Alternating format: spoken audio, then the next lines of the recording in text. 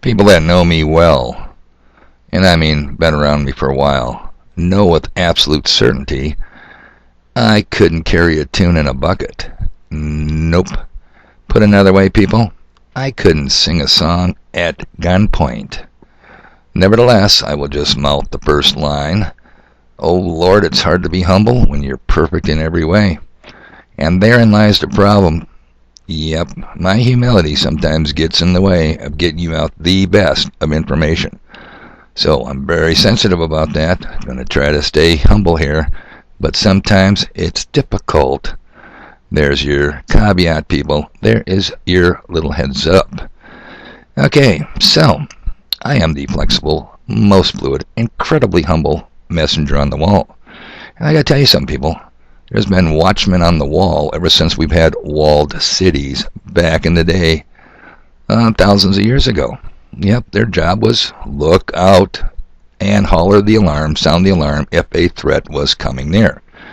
Well, still the principle's the same. I'm your humble watchman on the wall, but I also employ the latest and greatest high tech.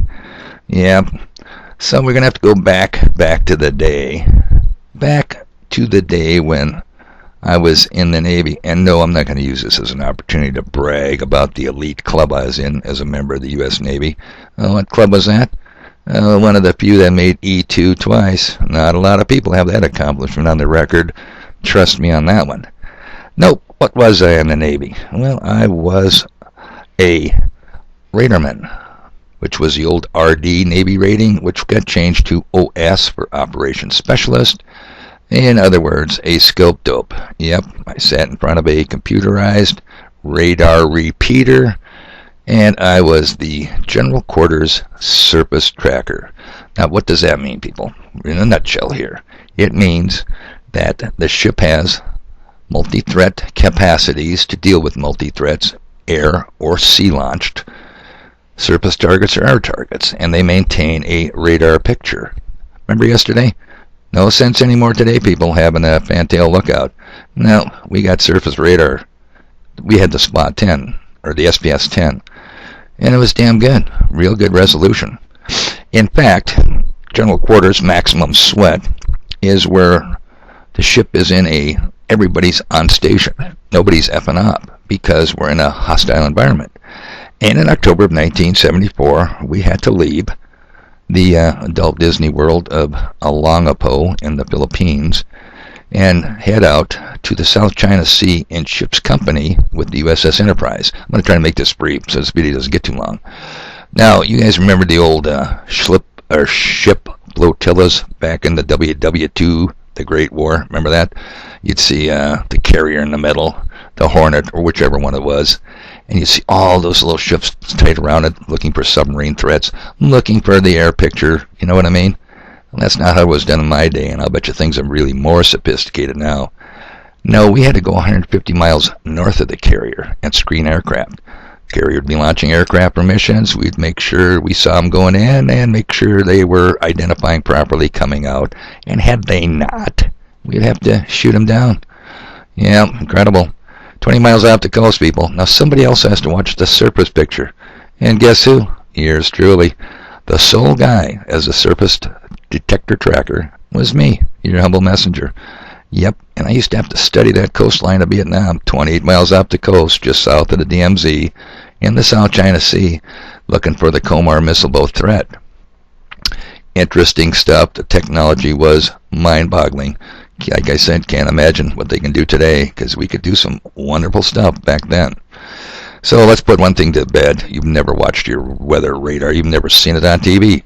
You don't watch radar, people. You watch a radar repeater. Very advanced symbol generating, video generating technology. Okay, now, what is this all about? Well, I use a radar on my wall. Yeah, my watchman's wall. I think I detected something that I've actually known about for quite some time, going back to July 2020, that you guys might have missed. Now, have you ever heard of CyBer PoLyGon? Well, we all know what CyBer is, right? Yeah, so we don't have to bother that. But I needed to find out what the hell's a polygon, because I knew it was going to be some hocus-pocus mathematical type Bullshit. Let me see if I can find a definition here for PoLyGon. Okay. Alright. Ready for this, people? Because I don't think this definition is going to help you much, because it sure as hell didn't help me. In geometry, yeah, there you go, mathematics, a polygon is a plane, P-L-A-N-E, figure that is described by a finite number of straight line segments connected to form a closed polygonal chain or polygonal circuit. The bounded plane region, the bounding circuit, or the two together may be called a polygon. Well, that helped, huh? Yeah, that really helped me too. I haven't a clue what a polygon is. But if you do look for the definition, you'll find it has more definitions than just geometric, people. Think cryptocurrency. Think blockchain technology. And think cyber polygon.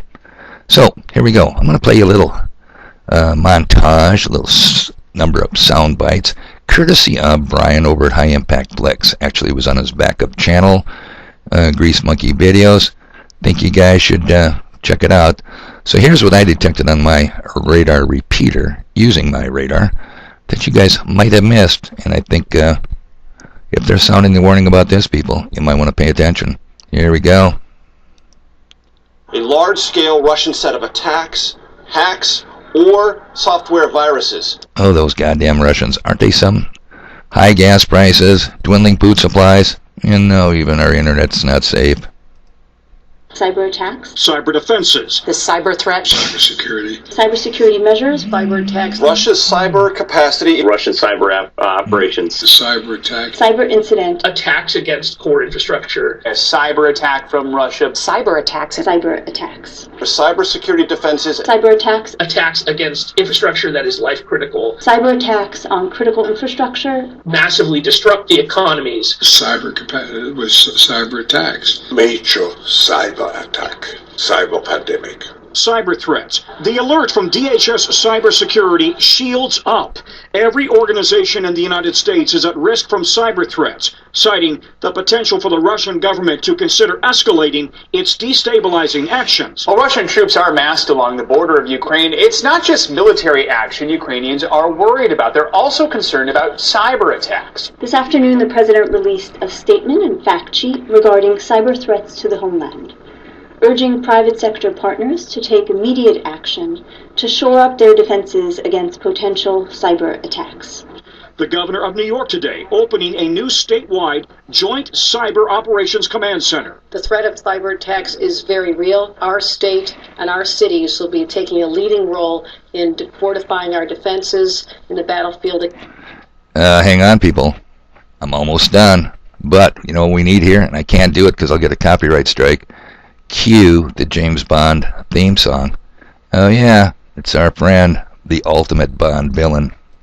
Against cyber warfare. We all know, but still pay insufficient attention to the frightening scenario of a comprehensive cyber attack, which would bring to a complete halt to the power supply, transportation, hospital services, our society as a whole. The COVID-19 crisis would be seen in this respect as a small disturbance in comparison to a major cyber attack. To use the COVID-19 crisis as a timely opportunity to reflect on the lessons the cybersecurity community can draw and improve our preparedness for a potential. Okay, how much more serious can you get? The ultimate Bond villain. Yeah, Herr Klaus Schwab. So they're warning you, people. And this is all recent. This is new news. Yes, this has been going on since 2020, July specifically of 2020. But you remember Event 201, put out by the same Herr Klaus Schwab, the same Bill Gates of hell. Remember that? Yeah, back in October of what was it, 2019? A few months later, January 2020, well, we got it, didn't we? The big plandemic, Event 201. It's like I said, it's almost the unwritten rule in the universe of things. In the Creator's vast universe, Team Evil and Team Good have to play by the same rules. They gotta tell you what they're gonna do to you. Now, this cyber attack would be devastating. You heard Klaus Schwab. Take out your power grid, take out your banking, just about shut down everything electronic. Hey, what a perfect right time for pandemonium and chaos in the big cities. What a perfect time for the blue helmets to come marching in. Now see, if I could sing, I'd be singing When the Saints Come Marching In. But guess what? These UN helmet wearing fuckers aren't gonna be saints. And their motto again, way to white women. Yeah, don't doubt me on this, people. So, I just thought I'd throw this out there. Yes, even though I'm from a long tradition of proud watchmen on the wall, I do employ the latest technology, so you guys get the straightest information. Oh, by the way, if you look up Cyber PoLyGon, WEF, World Economic Forum, 3 weeks ago, dropped them from their webpage. Wonder why that is. You don't suppose there's people out there like me that say, if it's a tie to the WEF, it ain't good. And guess who else doesn't like the WEF? Putin. And guess who's not supposed to like him, people? All of you. Yeah. When you stand with the Ukraine, look around. Look who you're rubbing elbows with. Look who you're shoulder to shoulder with. That is an interesting gaggle of misfits and malcontents. I'll tell you. I think I'll stand out here on my wall and just say, hey, I see smoke. I see flames, people. You know what else I see? I see I got a lot of stuff to do today.